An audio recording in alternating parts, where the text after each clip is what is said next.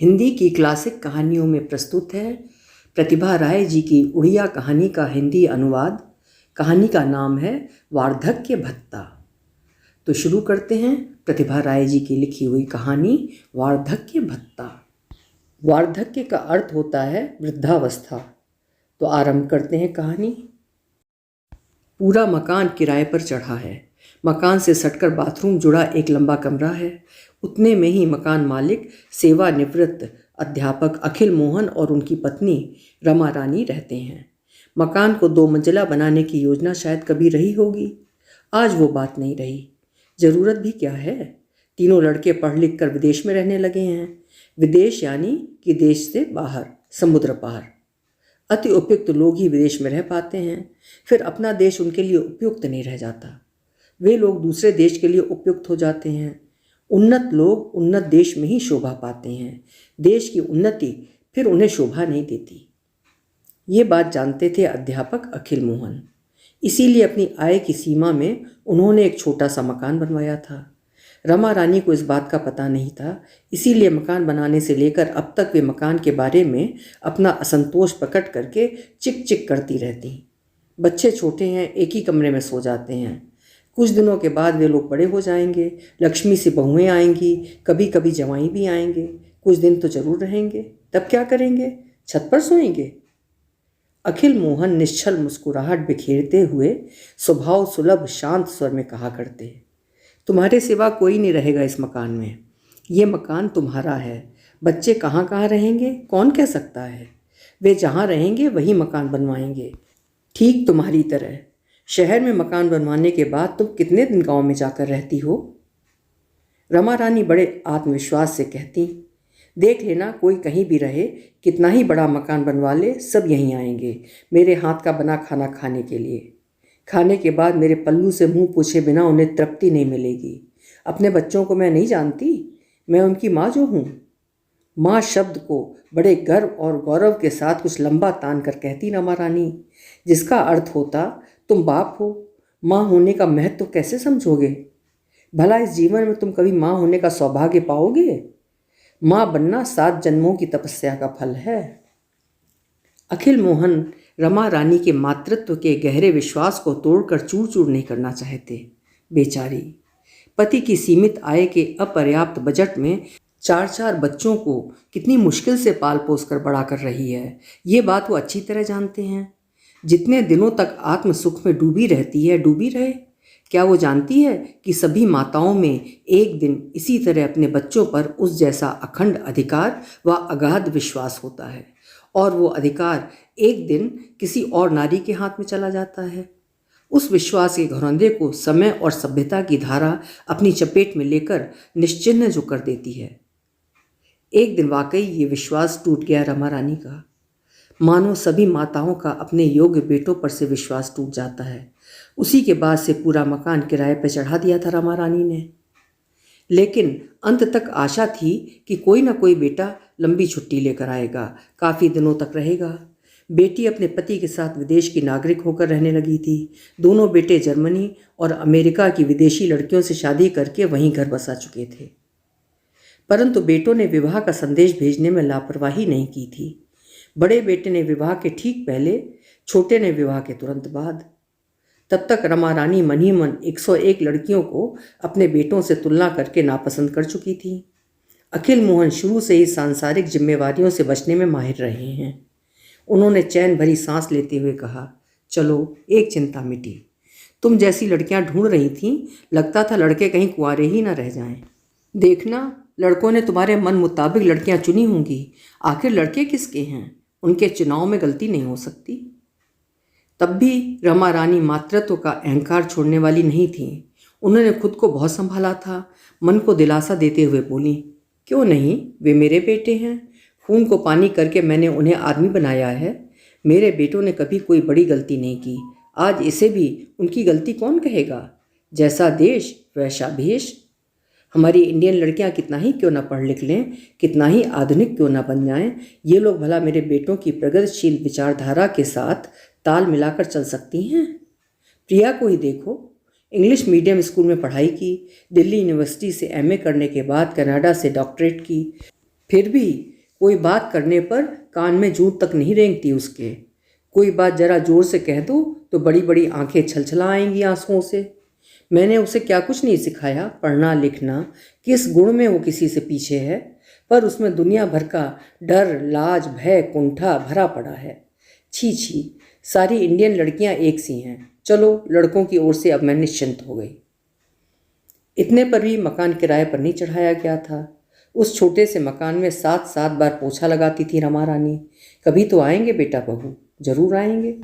जन्म स्थान ना आने की कुवत किसमें है। दोनों बेटों के एक के बाद एक लड़का लड़की हुए। बड़े बेटे के 2 लड़के हुए, छोटे के 1 बेटा 1 बेटी।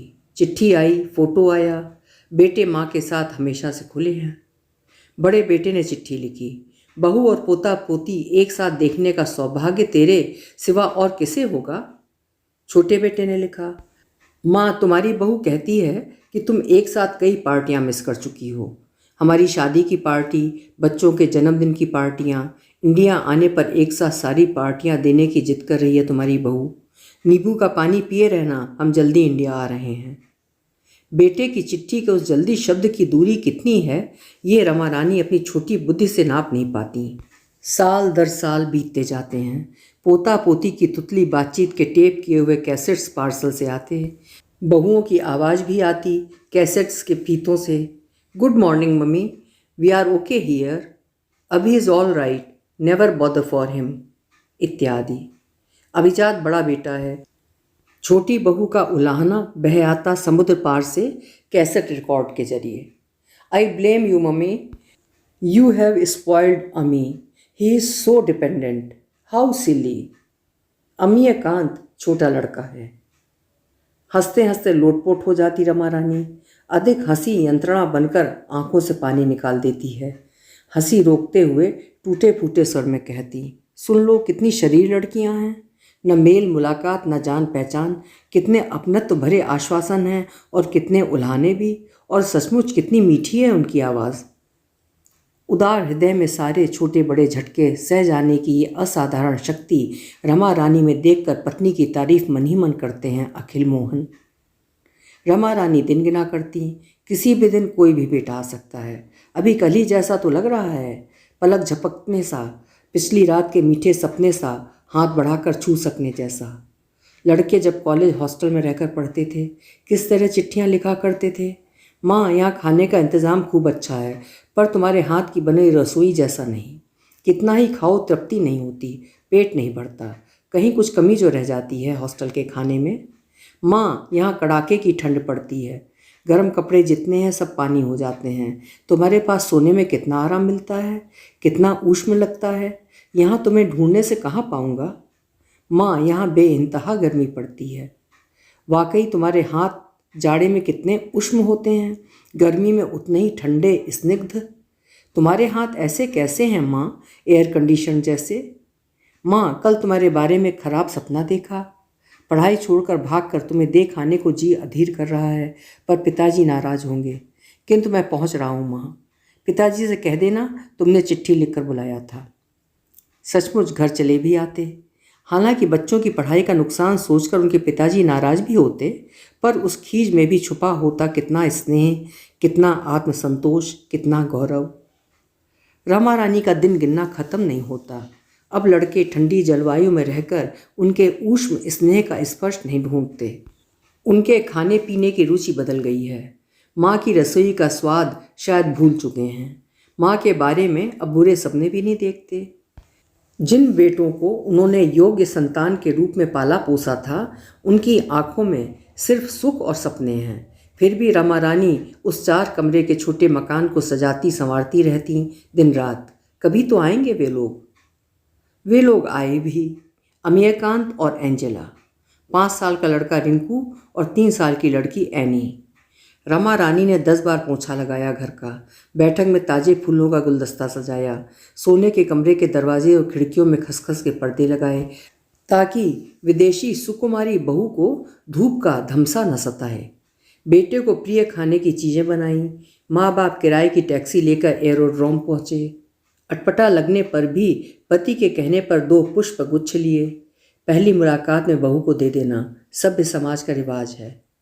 जिस चीज़ से बहू को खुशी होगी, भले ही वो कितना ही अटपटा क्यों ना लगे, रमा रानी वो सब करने को तैयार हैं। बहू की मर्जी का ध्यान रखना ही उनका एकमात्र कर्तव्य था। विदेशी बहू को किसी भी तरह का कष्ट देना अन्याय है, जबकि उनके समय में, उनके ज़माने में सास की मर्जी का ध्यान रखा जाता था। सब समय का फेर है, मानो मनुष्य समय का अबोध आज्ञाकारी है। मन की सहमति हो या ना हो, समय का हुक्म मानना ही पड़ेगा। एरोड्रोम में उतरे अमी, एंजेला, रिंकू और एनी। बहू की सुंदरता देख वाकई पति पत्नी मुग्ध हो गए। रमा रानी फुसफुसा कर पति से कह रही थीं, मैं नहीं कह रही थी कि मेरे बेटे का चुनाव गलत नहीं हो सकता। अखिल मोहन आनंदित होकर कह रहे थे, दोनों बच्चों को देखो, इतने सुंदर केवल बहू की वजह से हैं। तुम भले ही नाराज हो जाओ, पर तुम्हारे बच्चों से जरा भी मेल नहीं खाते। रमा रानी विह्वल हो मुस्कुराते हुए कह रही थीं, ये लोग आखिर बच्चे किसके हैं? क्या मेरा खून नहीं है इनमें? एक बड़ी गाड़ी इंतजार कर रही है सड़क के किनारे, सुसज्जित संभ्रांत गाड़ी। अखिल मोहन टैक्सी करके आने की वजह से अंदर ही अंदर खूब खुश थे। उनका बेटा उनके इस कार्य की मन ही मन सराहना करेगा। पेट्रोल की कीमत देखते हुए कटक से भुवनेश्वर टैक्सी करके आना जाना कोई मजाक नहीं। किंतु ये क्या, उनका बेटा बहू और बच्चों के साथ उस बड़ी गाड़ी की ओर जा रहे हैं। एंजेला ने झेंपते हुए कहा, आप लोगों को कष्ट न देने के लिए ही ये इंतज़ाम किया है। 4-4 लोगों का काम, वो भी एक आध दिन नहीं, 2 सप्ताह तक, क्या कष्टदायक काम नहीं?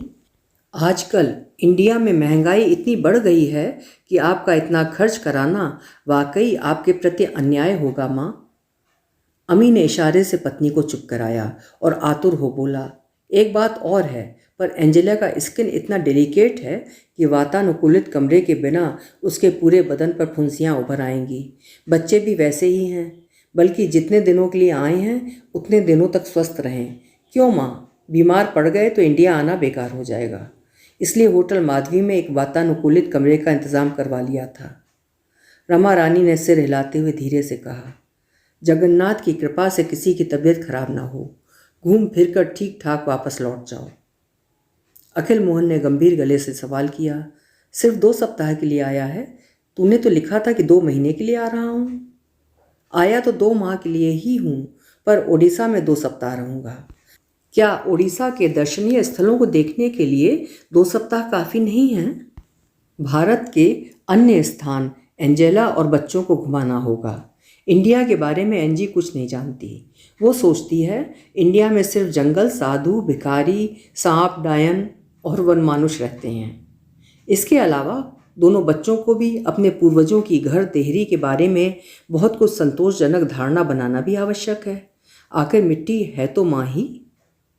अखिल मोहन ने सिर हिलाते हुए कहा, गुड। अपनी मातृभूमि के बारे में उनके मन में सम्मान बोध जगाना बहुत ज़रूरी है। मातृभूमि के लिए माँ का बलिदान भी किया जा सकता है। ये बात आजकल कितने लड़के समझते हैं? अमीयकांत अपनी प्रशंसा सुनकर मुस्कुरा रहा था। प्रवीण अध्यापक पिता ने उसकी बात का समर्थन किया है, ये कम बड़ी बात नहीं। दोनों कारें अलग अलग दिशाओं में चल पड़ीं। बेटा बहू होटल, अखिल मोहन रमा रानी खाली मकान की ओर। ओडिशा में 2 सप्ताह रहने के दौरान बहू बेटे को 4 बार गार्डन पार्टी दी थी अखिल मोहन और रमा रानी ने। क्योंकि उस छोटे से मकान में एंजेला को कष्ट हो, ये लोग वो नहीं चाहते थे। इसके अलावा एंजेला को दिखाने लायक वैभव था ही क्या उस मकान में। माँ के हाथ की बनी सारी चीज़ें परम तृप्ति से खाई थी अमीयकांत ने। खाने के बाद माँ के पल्लू से मुंह पोंछ रहा था। एंजेला ने धीरे से कहा, this is unhygienic Amu. Sorry कहकर अमीयकांत ने माँ का पल्लू छोड़ दिया था। रमा रानी सोच रही थी, कुछ भी हो, उनकी बहू उनके बेटे के स्वास्थ्य के प्रति काफ़ी सजग है, इससे तो उन्हें खुश होना चाहिए। रिंकू और एनी को अधिकतर माँ के पास छोड़कर अमीयकांत और एंजेला ने पूरा उड़ीसा घूमा था। लौटने से पहले अमीयकांत ने कहा था, आप दोनों हमारे पास चले आइए, नाहक यहाँ क्यों पड़े रहेंगे? भैया भी यही कहते हैं, कुछ दिन मेरे पास, कुछ दिन उनके पास। बहुत आराम है उन देशों में, जीवन भर कम मेहनत नहीं की है आप लोगों ने। रमा रानी ने विस्मय भरी आवाज़ से पूछा, घर द्वार किसे दे जाएंगे? घर द्वार? ऊंची आवाज़ में हंसा अमीयकांत। मधुर आवाज़ में कहा था उसने, माँ तुम्हें कम से कम एक बार तो देख ही आना चाहिए मेरा फ्लैट, तब जाकर कहीं समझोगी कि तुमने कैसा आदमी बनाया है। क्या तुम अपने बेटे की करामात नहीं देखोगी? रमा रानी ने सहज रूप से जवाब दिया था, भगवान तुम लोगों को ठीक से रखे, मेरे देखने न देखने में क्या रखा है, बस ऊपर वाला देखता रहे। पर बेटे, देख तो रहा है ना, घर द्वार पेड़ बाड़ी सब किस तरह मुस्कुरा रहे हैं। बिना आदमी के भला ये सब जी सकेंगे? नींबू के पेड़ में फूल ही फूल भरे हैं, केले का गोंद निकला है, असंख्य सहजन लगे हैं, फूलों के पौधों पर कलियां भरी पड़ी हैं। इन सबको छोड़कर कैसे रहूंगी बता?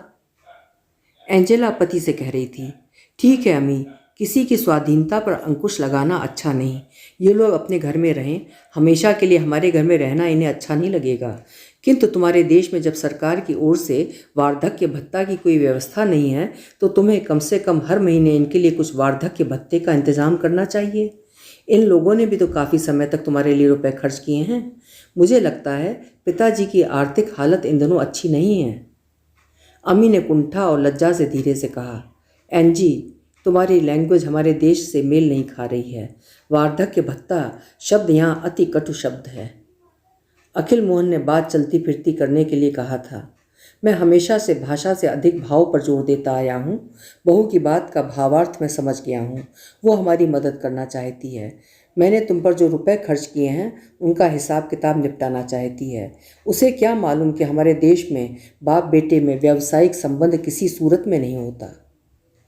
रमा रानी आंखों में आंसू भरे अवाक हो सुन रही थी सारी बातें। एक लंबी सांस छोड़ते हुए बोली, भगवान की कृपा से हमें किसी तरह की कमी नहीं है, हमारा गुजारा हो जाता है। तुम लोग अच्छी तरह रहो, इसी में हमारी खुशी है, आनंद है। विदा लेकर जाने से एक दिन पहले एंजेला ने एक लिफाफा सास की ओर बढ़ाते हुए कहा था, यहाँ का चार्ज मैं नहीं जानती, देख लीजिए ठीक तो है। लिफाफे में कुछ रुपए देख के रमा रानी ने कहा, ये किस बारे में कह रही हो? ये रुपए किस लिए हैं? एंजेला ने सहज रूप से कहा, आपने बच्चों को इतने दिनों तक रखा था, उसी के हैं, बेबी सीटर चार्ज। रमा रानी निश्चल प्रतिमा सी खड़ी थी। वे क्या जवाब दें? अमीयकांत ने सहसा पहुंचकर कहा, ये क्या कर रही हो एंजी? हमारे देश में ये सब नहीं चलता। माँ को ये बात समझाने के लिए अमीयकांत ने कहा, बुरा मत मानना माँ, एंजी किसी खराब मायने से पैसे नहीं दे रही है। उसके देश में यही रिवाज है, हर काम का हिसाब किताब करना पड़ता है। बड़े हो जाने के बाद बच्चों का माँ बाप के साथ व्यावसायिक संबंध हो जाता है, बल्कि वहाँ ये सब न करना अभद्रता है। रमा रानी ने लंबी सांस छोड़ते हुए कहा, अच्छी बात है। हमारे देश के रिवाज में पोता पोती के हाथों में कुछ रखा जाता है, वो और कुछ नहीं, स्नेह प्रकट करना है। रमा रानी ने रुपए का लिफाफा रिंकू के हाथ में पकड़ा दिया। वे लोग लौट गए। उनके जाते ही सिर्फ एक कमरा छोड़कर पूरा मकान किराए पर चढ़ा दिया अखिल मोहन ने। उनके इस छोटे से मकान में वातानुकूलन की व्यवस्था नहीं है। बेटे जब भी आएंगे यहाँ नहीं टिकेंगे। शहर में कई संभ्रांत होटल खुल गए हैं, टूरिस्टों के लिए होटल में अच्छी व्यवस्था है।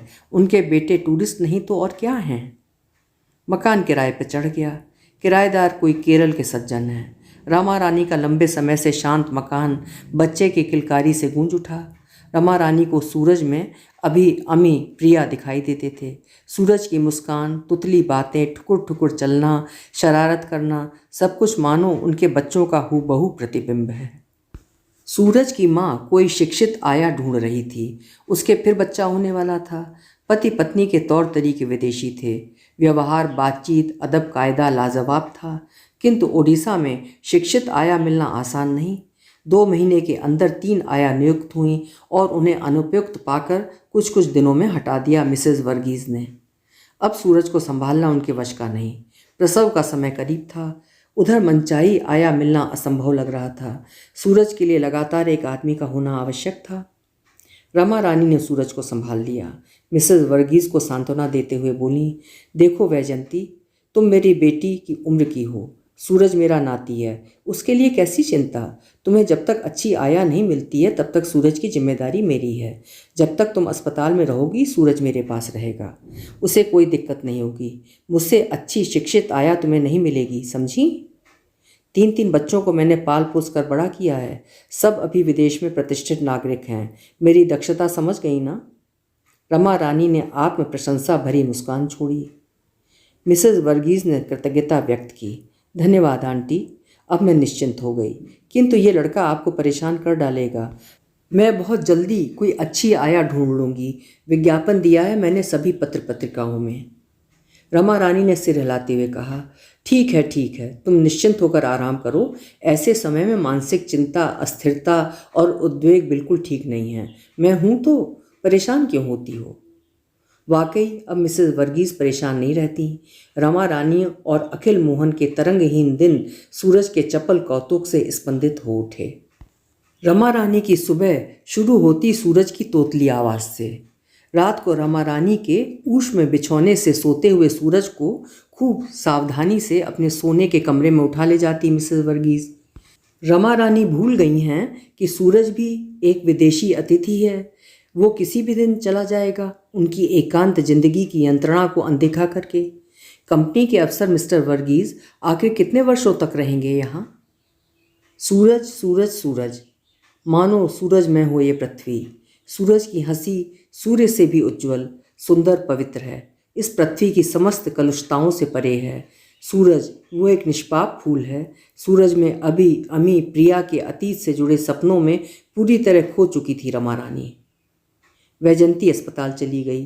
15 दिन बाद नवजात शिशु को गोद में लिए हुए वापस लौटी। सूरज ने एक बार भी माँ को नहीं ढूंढा इतने दिनों में। रमा रानी सूरज को गोद में लिए खड़ी थीं, गर्व से बोली, देख बैजू, तेरा सूरज ठीक है ना? मिसेस वर्गीस ने सूरज को गोद में लेने के लिए हाथ बढ़ाया। सूरज ने नहीं की मुद्रा में सिर हिलाकर मना कर दिया और रमा रानी को दोनों हाथों से खींचकर पकड़ लिया। रमा रानी होठ दबाकर मुस्कुराने लगी, फिर बोली, समझ गई ना सूरज किसका बेटा है? सूरज मेरा बेटा है, मेरा नाती है। सूरज मेरा अभी अमी प्रिया रिंकू एनी है। उनकी आंखें छलछला आईं पवित्र आनंद से। मिसेस वर्गीस ने बनावटी गुस्सा प्रकट किया। ये लड़का कितना बेईमान है, कुछ ही दिनों में मुझे भूल गया। रमा रानी ने मधुर उल्लास में कहा, केवल बच्चे ही स्नेह ममता की उचित कीमत दे सकते हैं। लाभ हानि, पाना खोना आदि व्यावसायिक हिसाब से वो कोसों दूर हैं। 5 तारीख को मकान के किराए का चेक सफ़ेद लिफाफे में डालकर रमा रानी को दे दिया मिसेस वर्गीस ने। चेक के साथ 100 रुपये का एक नोट भी।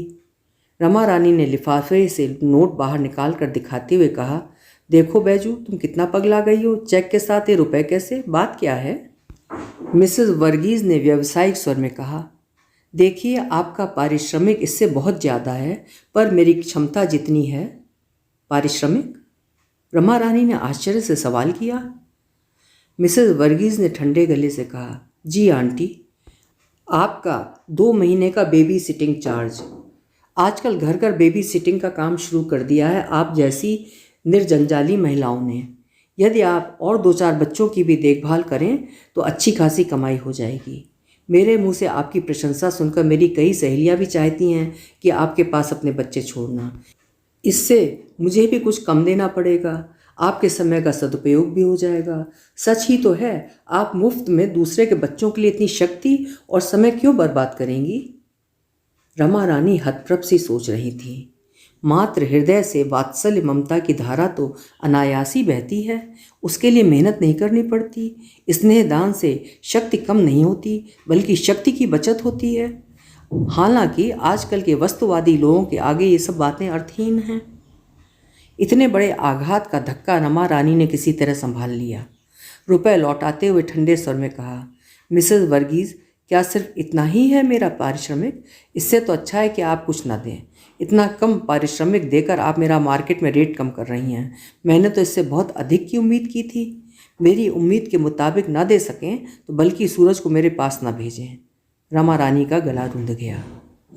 मिसेस वर्गीस चुपचाप लौट गई, 100 रुपये का नोट लिए हुए।